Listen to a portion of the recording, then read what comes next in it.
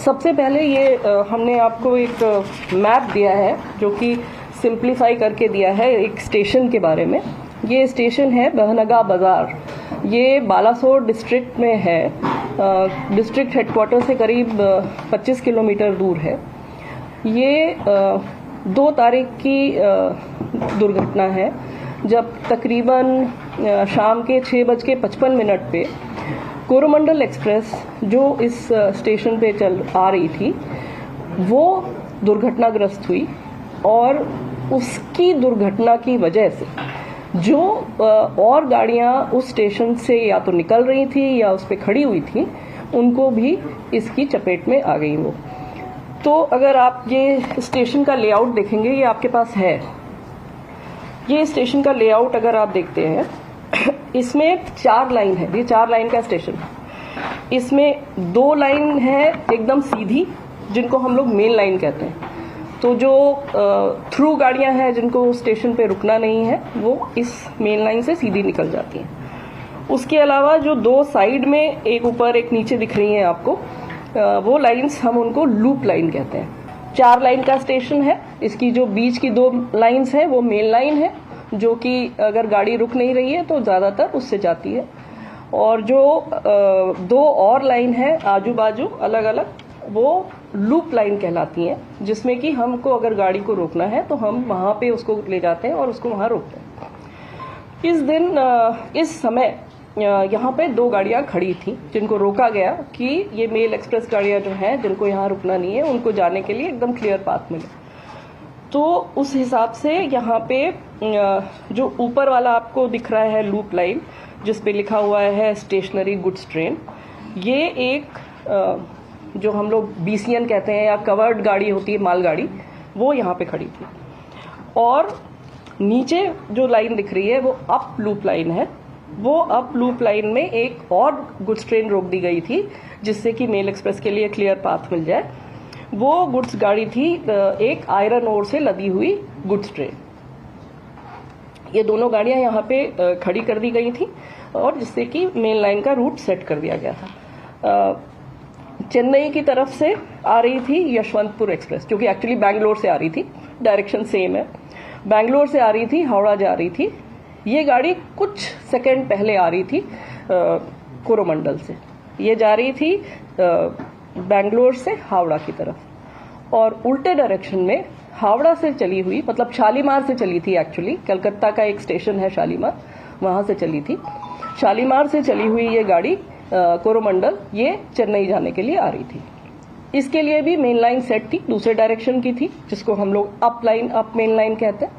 उस लाइन का direction set था, रूट सेट था, हर तरह से सिग्नल सेट थे और सिग्नल ग्रीन थे।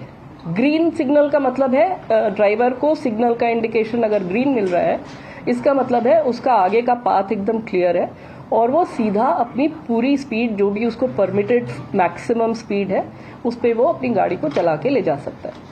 तो वो लगभग यहाँ पे इस सेक्शन पे इस गाड़ी के लिए 130 किलोमीटर की परमिटेड स्पीड है, वो 128 किलोमीटर पर आवर पे था जो कि हम लोगों ने लोगों के रिकॉर्ड से भी कंफर्म किया है। वो 128 किलोमीटर पर आवर की स्पीड पे था कोरोमंडल वाला। और दूसरी डायरेक्शन से यशवंतपुर जो आ रही थी वो भी 126 पे थी, वो भी 130 पे परमिटेड है, वो भी 126 किलोमीटर पर आवर पे थी। इनके सबके लोगों के डेटा से हम लोगों ने ये कंफर्म भी कर लिया कि ये स्पीड थी गाड़ियों की जो कि उनकी परमिटेड स्पीड के अंदर थी, लिमिट पे थी। तो ओवर स्पीडिंग की कोई बात नहीं थी। सिग्नल एकदम जो उसको दिख रहा था ग्रीन था और उसको सीधा जाना था। किसी कारणवश जो कारण अभी इन्वेस्टिगेशन में है और मंत्री जी, जैसा आप लोग देख ही रहे हैं कि मंत्री जी पिछले 36 घंटे से उसी साइट पे और वो वहां से हिल नहीं रहे हैं। वहां पे वो रेस्टोरेशन, इन्वेस्टिगेशन, रिलीफ और जितने भी लोग हॉस्पिटल में भी हैं उनसे भी जाके मिल रहे हैं।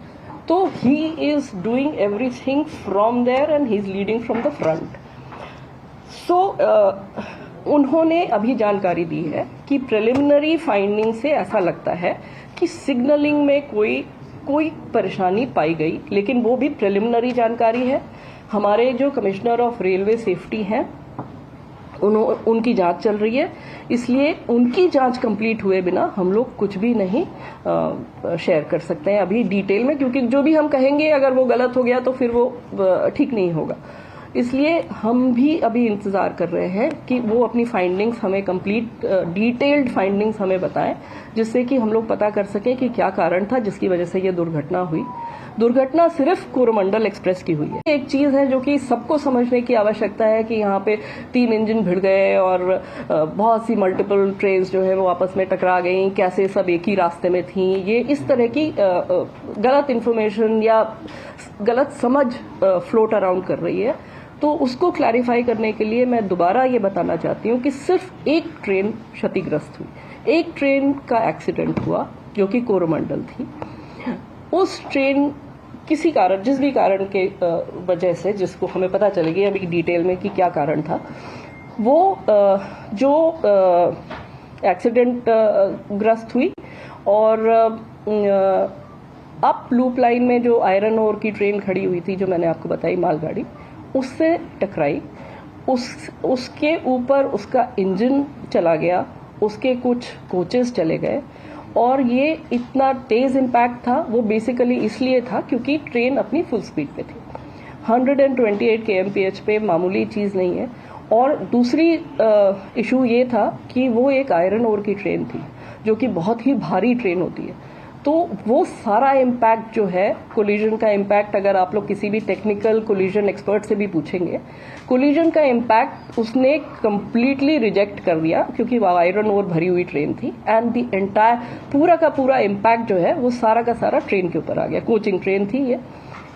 अब इस ट्रेन के बारे में भी मैं कुछ बताना चाहूंगी। ये ट्रेन है LHB ट्रेन, हमारी जो LHB कोचेस है उसकी ट्रेन है। ये LHB is a very very safe train. अगर आप और एक्सीडेंट्स इस तरह की ट्रेन के देखेंगे, आपको मिलेगा कि इवन एट फुल स्पीड ये ट्रेन कैप्साइज नहीं होता। इसके कोचेस जो हैं वो दे डोंट टर्न टर्टल, और इसलिए उसमें जो लोग होते हैं वो उनको कोई ज़्यादा इंजरीज नहीं होती है। अनफॉर्चुनेटली इस केस में ये ऐसा हादसा हुआ कि इस स्पीड पे अगर पूरा का पूरा इम्पैक्ट ट्रेन के ऊपर आएगा तो कोई भी दुनिया में ऐसी कोई टेक्नोलॉजी नहीं है कि वो इस तरह के जंबलिंग अप को प्रिवेंट कर सके। तो मालगाड़ी बिल्कुल नहीं डिरेल हुआ क्योंकि आयरन ओर था वो। तो आयरन ओर इतना स्टेबल और उसकी सेंटर ऑफ ग्रेविटी इतनी स्टेबल होती है कि वो नहीं हिली तक नहीं, उसमें थोड़ा बहुत इधर उधर हुआ पर वो हिली नहीं। और पूरा इम्पैक्ट जो है वो इस ट्रेन के ऊपर आ गया जो कि पैसेंजर्स के साथ थी, और उसकी वजह से ये इंजरीज और अनफॉर्चुनेट डेथ्स बहुत हुई। तो ये है बैकग्राउंड इसका। इसके साथ चूंकि इसके डिब्बे बिखर गए इम्पैक्ट की वजह से, कोलिजन की वजह से सारा इधर उधर बिखरे, तो उसमें से कुछ डिब्बे जो हैं वो अगर आप देखेंगे तो ये जो डाउन लाइन मेन लाइन है इसकी तरफ आ गए, और ये डाउन मेन लाइन पे यशवंतपुर एक्सप्रेस निकल रही थी, वो भी 126 की स्पीड पे जा रही थी। वो करीब करीब क्रॉस कर गई थी।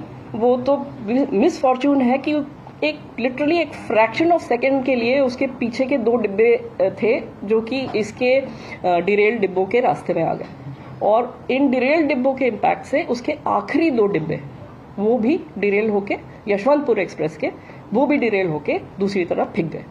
तो ये सारा इतनी स्पीड में और इतने मोमेंटम में था कि उसकी वजह से वो 2 डिब्बे भी क्षतिग्रस्त हुए और उसमें भी कुछ लोगों को बहुत इंजरीज हुई, कुछ डेथ्स भी हुई।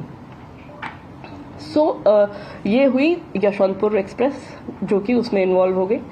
उसके अलावा जो एक और मालगाड़ी दूसरी तरफ जो खड़ी हुई थी, जो हम जिसको डाउन लूप में दिखा रहे हैं ये आपको, स्टेशनरी गुड्स ट्रेन, ये इस पे भी थोड़ा सा वो डिब्बों का इम्पैक्ट हुआ पर कोई खास उसमें क्षति नहीं हुई।